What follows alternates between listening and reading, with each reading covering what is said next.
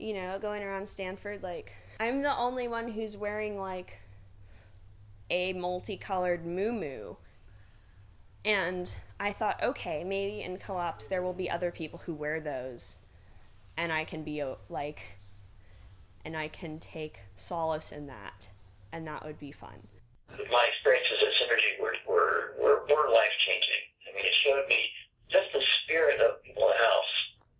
It was like a different way of being a human being. I just remember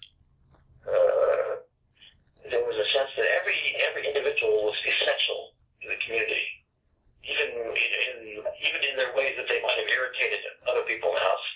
That was essential. And we thought it was really old hat after 4 or 5 years. Of course, now it's 40 years later, literally 40 years later, and the culture, it's taken some turns that are not what I would have expected. But in general, the culture is very recognizable.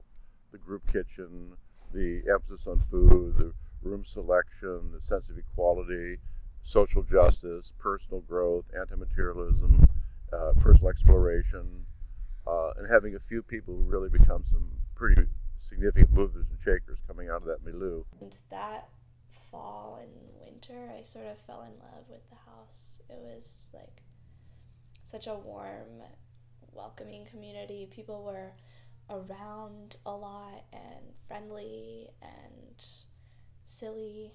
I think people want more of a family orientation now. I think students, they want to be in a degree of community. They want to have a little continuity in who they know.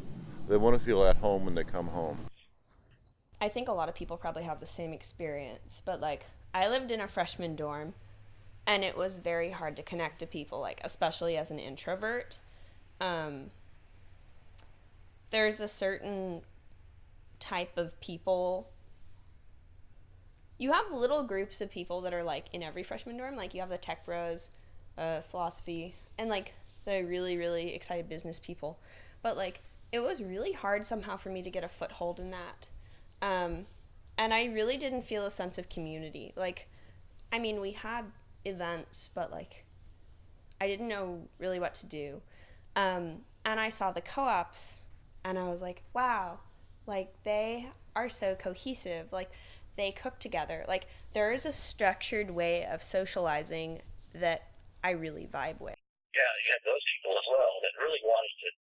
They wanted to be there because they wanted to see if there was another way that society could be, and it was very fulfilling in that way. It was an experiment in how people could live together and work together. A lot of people talk a lot about making things better, but it's really hard to actually construct things that make things better. Like, I feel like we'd all just be better off if we took care of the people around us, which is something that often goes neglected on this campus.